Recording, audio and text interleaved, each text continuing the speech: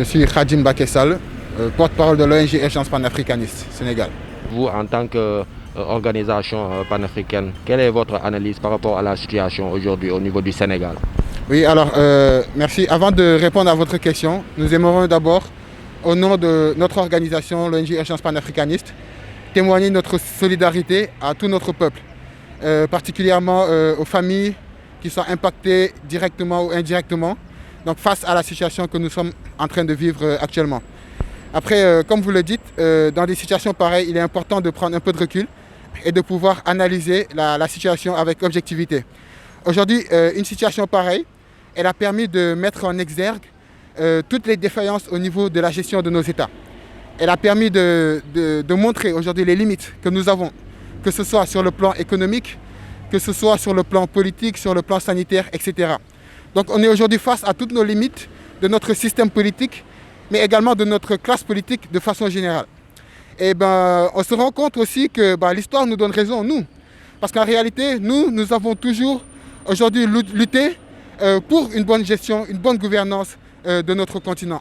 Nous avons toujours dit qu'aucun pays ne peut se développer sans son indépendance. Nous avons toujours dit que le problème que nous avons en Afrique en réalité, c'est surtout un problème systémique. Et par conséquent, aujourd'hui, le virus qui tue notre peuple et contre lequel il faudrait lutter, ce n'est pas seulement le coronavirus, mais c'est également nos virus politiques qui asphyxient notre peuple et aujourd'hui n'ont pas su faire de telle sorte qu'après 60 ans de dite indépendance, mettre le peuple dans les conditions de faire face à des difficultés pareilles.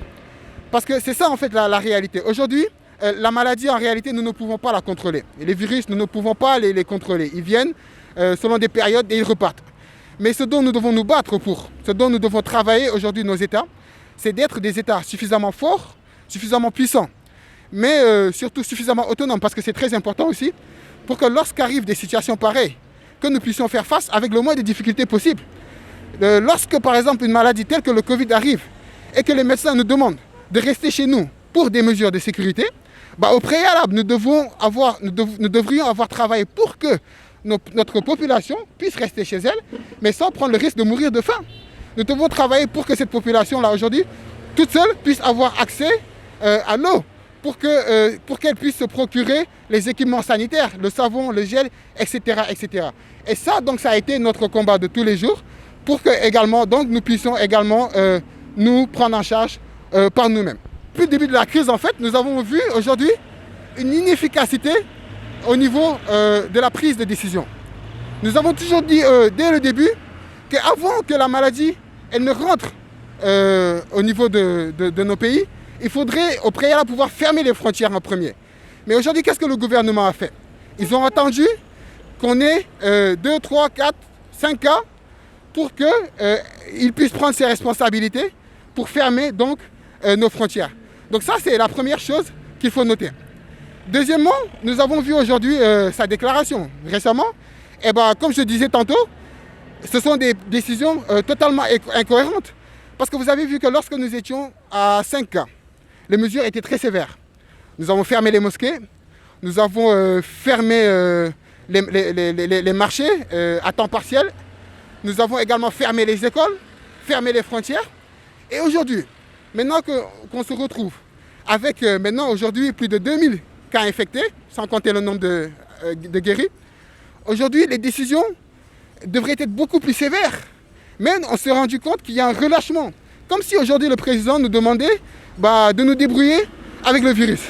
Aujourd'hui il a annoncé qu'il va rouvrir les écoles le 2 juin prochain, ce qui est une catastrophe. Il a rouvert les marchés à temps plein, ce qui est également une catastrophe, etc., etc. Alors qu'aujourd'hui, d'après nos spécialistes de la santé, nous n'avons pas encore atteint le pic de la maladie. Donc on sent aujourd'hui que le président il cherche un peu à copier sur des pays aujourd'hui qui ne vivent pas les mêmes réalités que nous. Qu'il n'est pas temps que les pays africains se regroupent autour d'une même organisation africaine de la santé. Bien entendu, je pense qu'aujourd'hui il est temps. Parce qu'avant même de revenir sur le cas du Madagascar, aujourd'hui, nous avons un réel problème de souveraineté sanitaire au sein du continent africain. Aujourd'hui, tous les médicaments que nous achetons dans nos pharmacies, ils viennent pour la plupart de l'extérieur. Aujourd'hui, la production locale africaine de médicaments ne représente que 3% de la production mondiale. Ce qui est très très dangereux. Parce que dans des situations pareilles, où aujourd'hui tous les pays se retrouvent dans la même situation, l'accès à ces médicaments-là pourrait devenir beaucoup plus coûteux, beaucoup plus difficile.